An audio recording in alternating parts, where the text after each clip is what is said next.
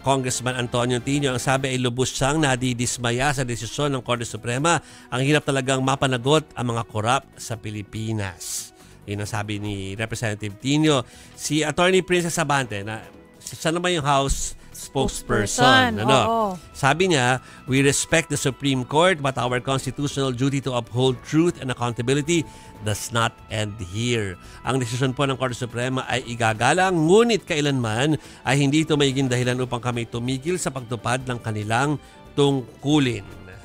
Okay, so yan po. Medyo mahaba yun. Yung important parts lang po yung atin pong binabasa.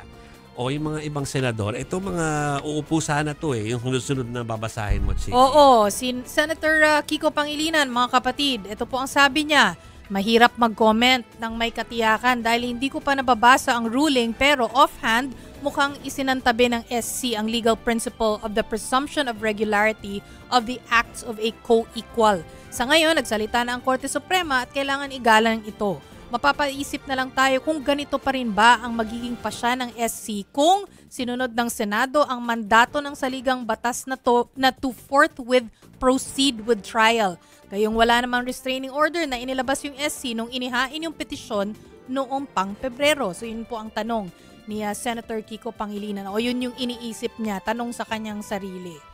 Si Senator Bam Aquino ay meron din pong sinabi patungkol dito sa desisyon ng Supreme Court.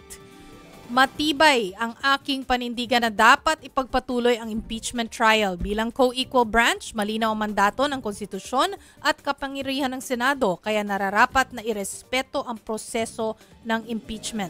Nananawagan ako sa mga kapwa-senador na agad magsagawa ng caucus para talakayin ang desisyong binabalewala ang aming tungkulin sa saligang batas. Okay. Siyempre, hindi rin si Senator Risa Ontiveros meron din sinabi. Maikling mga kalatas lang.